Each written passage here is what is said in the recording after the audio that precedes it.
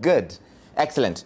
So, major news coming out of the IEBC in just the last half hour or so. The 26th October presidential election is still going forward, and all 8 presidential candidates that were cleared for the August 8th election will now take part. And 2, they say, even though they have received a letter from Raila Odinga to withdraw, he has not formally filled in what they're calling Form 24A. If he does that, they will process it at that time. Let me now bring in Dr. Japheth Kavinga Kaluyu, who was one of the candidates in the August 8th election. He's joining me now this evening from Washington, D.C. Thank you so much for being in here this evening, sir.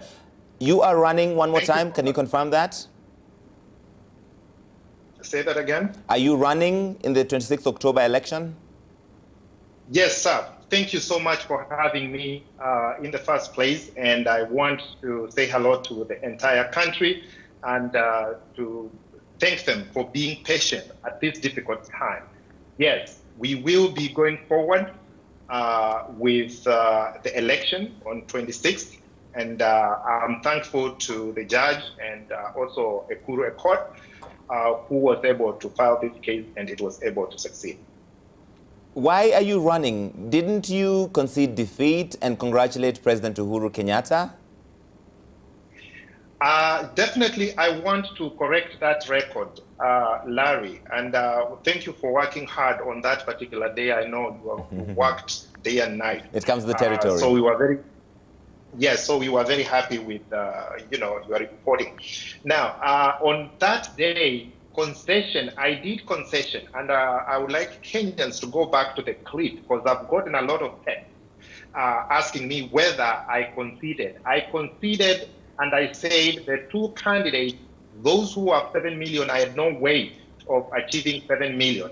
But at the time, the person who was leading was His Excellency the President, and if the results remained the same, I was to be supporting him. If the results changed, and that is on tape, I was, willing to support whoever was going to win, because concession is a form of leadership. I did not want to plunge the country into infighting, and yet I knew it was not achievable for me to close the gap between 20,000 to 7 million. Those were my exact statements, not just directly to President Kenyatta. But at the time, he was leading. And if he won, I was going to continue supporting him. Right now, whoever is going to win, I will also support the person. So that is a form of leadership. And we need to create a culture of concession. When you find the other leaders are leading and there's no way to close the gap, you support them, you support the country, and then you can move forward. Now, to your specific question, why am I running? Right. This nation at this particular point needs men and women of courage to come and rescue the situation, because we are in a situation where there is some sort of quagmire, and the NASA and Jubilee are locked into a situation where none of them is agreeing to each other. And this can easily lead the nation to violence, and we have seen some, pockets of violence. So 2 things make me run this race. First, to preserve the Constitution, because the judges made specific instruction that this was a fresh election, and they cancelled the original election. That means there was no election, and fresh election meant that all the candidates should run. If you look at my Twitter handle, if you look at my Facebook post, I have said this was a landmine. And if all candidates were not allowed, there was going to be another legal quagmire after 26, because somebody can easily say that instructions were never followed, and therefore the order was not satisfied as usual. Lawyers are people who follow instructions, and they have so many ways to shake this issue. Right. Number 2, also to come and make sure that we rescue the situation. We want to make sure that there's more than one candidate. I've worked with NASA, I've worked with Jubilee in the same rooms, and there is always a tussle back and forth. And therefore, I knew right from the beginning that this is going to be a long haul where there may be a lot of disagreement and there may be no election. Okay. But having a field of all the candidates then we can be able to make election possible and we move this country forward. Isn't this a little opportunistic of you? Because you didn't contest the IEBC Gazette notice that gazetted only Raila Odinga and Uhuru Kenyatta. But then when Dr. Kuro Okot has gone to court and gotten his way, then you conveniently come back and declare you're also running. Actually, that would be negative. The reason why I am saying that is that I probably started, I'm not sure who started conducting the IEBC first. I have been in communication with Honorable Chebukati. I know him. I've worked with him in the last almost 1 year when we have been trying to do the race for the president. And I told him right from the beginning that this is going to be a problem. If all the people are locked out, as soon as he locked us out, I wrote a letter. He has it. He responded to my letter and he told me that Okot has a case in court. So let's wait for the case. And I have all that communication. And I led him in trying to show him the reasons why other candidates should be included. At least they should be invited, and people can decide to run or not to run.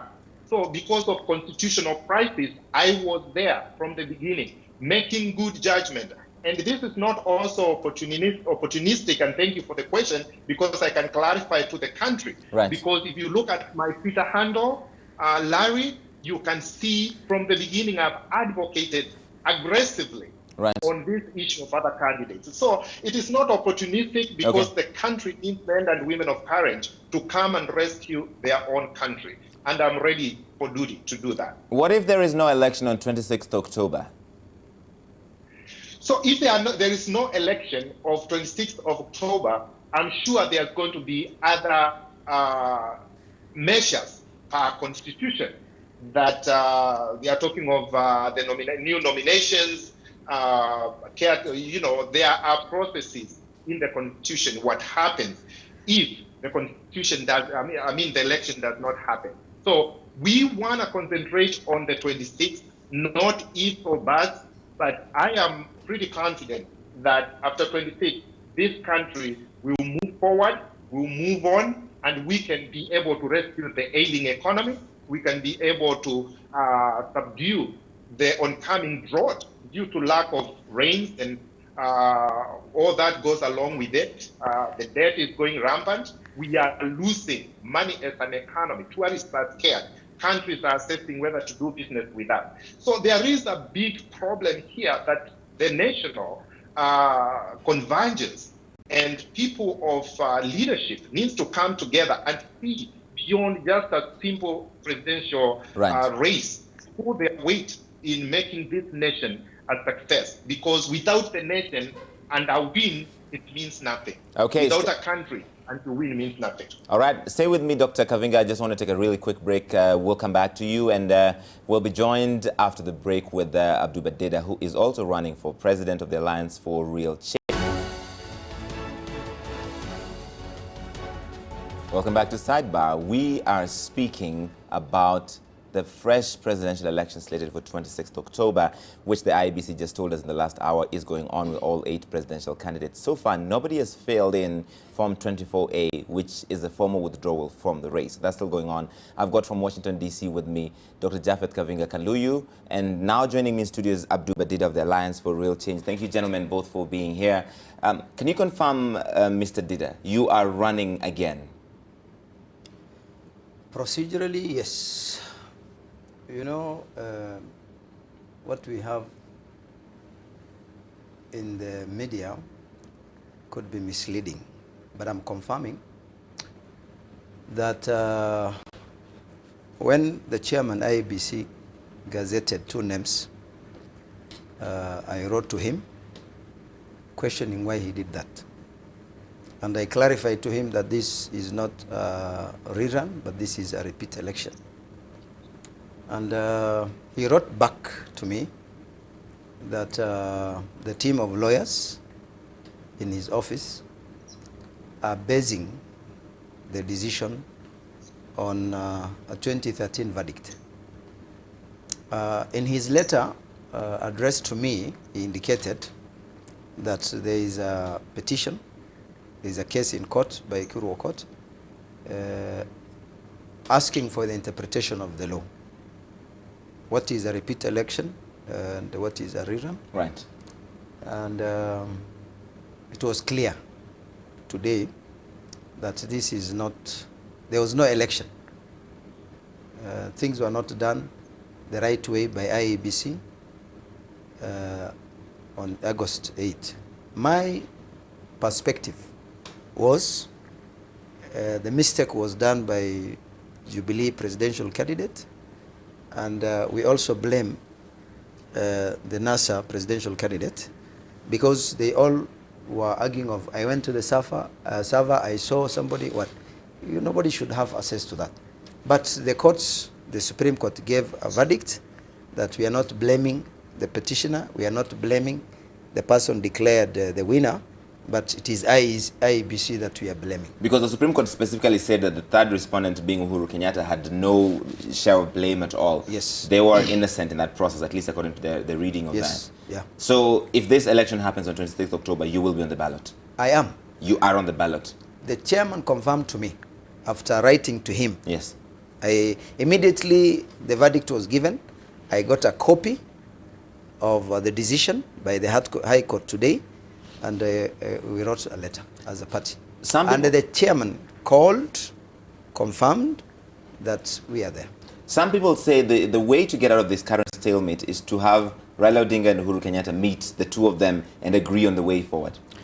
They said that, but as we suggested to them, the two don't want to appear both.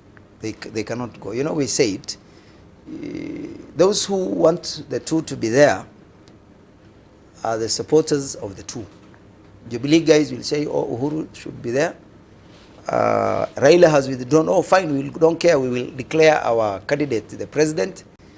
NASA guys are saying, oh, our candidate should be there. They have no interest of this country at heart. They don't care. What is in the best interest of the country? The best interest of the country is to take care of what contributes to the honor and dignity of the country, is to take care of the Constitution. If your candidate is wrong, don't follow him. Tell him you're wrong. But sycophancy is what has killed Africa, is what has killed us, and it will not take you anywhere. You know, I believe and I say, if I'm right, support me. And if I'm wrong, disown and refuse me. Even if you are my running mate, even if you are my vice president, and I'm wrong, don't support me. But this issue of saying we have the government and the opposition, and then if the government could be right, because you are in the opposition, you must say something. If something is done and is right, support it, because it is right. So what we are supposed to do is, we are supposed to support the truth. If it comes from a person you don't like, for whichever reason, whether you can justify, whether you like the person for correct reasons or not, or whether, if the truth comes from anywhere, support the truth. In this current situation, we've got both NASA and Jubilee giving conditions. Jubilee has proposed this election laws amendments which passed today in Parliament, and the President has said he will sign them. NASA, on the other hand, is opposed to those, but they've given a list of irreducible minimums before they go into the election. The country is caught in the middle. How do we get out of this? Jubilee is rehearsing a canoe mentality. We are in power. We can do anything we want because we control the police and the military. You see? Hiyo kitu imekwisha wakati gani? I wish they stop. That is gone. What NASA is calling irreducible minimum is not what they want, is what the Constitution wants. If the Supreme Court said there was a problem with IEBC, IEBC cannot go the same pact. That problem has to be sorted out. You cannot, huwezi kuambiwa mwizi ameingia hapa and then you assume ametoka na mlango nyingine. No, you have to clear that house. What NASA is saying is not Raila saying, is not the NASA supporter saying, is what the Constitution demands. So do And you... the simple thing will have been, you know, the problem here is, if Uhuru will say, and he says it right, because Uhuru has said, Raila must oppose. If Raila says, and he says it right, because it comes from Raila, Duale must oppose, Jubilee must oppose. That is not how this country will go. Do you support NASA's reducible minimums? Because you see... I don't support NASA's reducible minimum, but I support the truth. Whatever they are saying is what the Constitution says. I agree with them. I agree with them that there was a mess with IEBC and the department. Anybody in charge of logistics must step aside. I'm not saying we confirm that they are wrong. I'm saying we suspected that they contributed to the failure. The legal department must step aside, and the whole of the IT department must step aside. They step aside with half salary, and then the director of public prosecution comes in, he investigates them. If they are found guilty, then the law takes its course. If they are not found guilty, they come back and they are Kenyans. Okay? Now, what's your position? If as that happens, we need a new team. And I will have suggested, if Chebukati is listening and IEBC is listening, please get Kenyans who don't care about the NASA and the Jubilee business, who care about this country, retired military officers, yeah, who have the country at heart. Get people who retired from the UN, who don't care about what you are. If you are right, you're right. What's your position on the chairman and the CEO, Wafula Chebukati and Ezra Chiloba? NASA wants them to go. The chairman has the potential to move the right way, but I've learned this. He has just one vote. The commissioners will sit. If 4 commissioners say no, the no goes. Mwalimu, are you confident with the current IEBC to carry out the fresh election on 26th October? No. You know the problem, Chebukati, I'm confident with Chebukati as a person, the chairman. But the commissioners, when we are electing people, appointing people to a position, Jubilee will have its people, NASA will have its own ones. So the person who was brought there by Jubilee must protect the interest of Jubilee, not the work that he's supposed to do. Right. The one who was brought by NASA is supporting and protecting NASA's interest. So what you have there, you may call it commissioners of IEBC, or you call them. These are just people who are taking care of interests. Okay, let me ask the same question to Dr. Kaluyu. Do you support the current IEBC as currently constituted to carry out the next election on 26th October? You know, and thank you, my partner there, Honorable Dida, and I say hello. But what I want to be, my position in that has to go back to the Supreme Court. They did not find Honorable Chebukati and Chiloba liable personally on anything. The system was flawed. The way things were put together. But the Supreme Court did say, Dr. Kaluyu, that the Commission committed illegalities and irregularities. That is why NASA is pushing for some changes. Do you want any changes at all? Yes. And I was coming to that. Right. That so given that in person Chebukati and Chiloba were not necessarily found liable, and recently they were cleared to carry on the election. Here's my position. They need to have a clear proposal of how they're going to correct the illegalities and irregularities that they have. We have to go beyond just circling about the problem. We have to see how we're going to have a solution out of this mess, because there has to be a way forward. If there is no way forward, this nation is going to have a bad economy. We're going to have bad things happening in front of us. I'm a solution-based person. I want to find what is the best we can make out of this situation. We can beat this horse till the cows come home, because it's already on the ground. What we want is, what is the proposal that that Chebukati and the commissioners and the secretariat will give us to make sure that the election is going to be free and fair and transparent. And if they give those conditions, then you're fine with the current team going ahead to do so. If they give those conditions to make sure that it's free and fair, you don't mind Chebukati, Chiloba, and the rest of the team?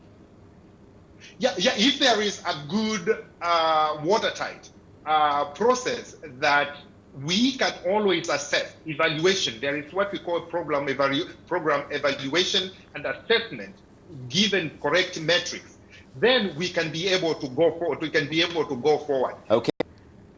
You have given the options in writing. Yeah? Give time. Why don't you say and wait?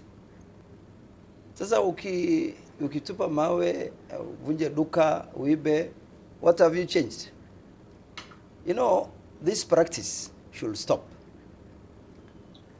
The economy has gone down. Mkate imeibwa nini, alafu the clergy will come. Mosques and churches will come. Peace, peace, Mungu. Where is this clergy first? Wanakwanga wapi? Why do they sit? Alafu baadaye wanakuja, please come together. They are failures. Kwanza hii clergy inyamaze. Kama inataka kuingia join the rioting guys, pige huko mawe, shauri yao.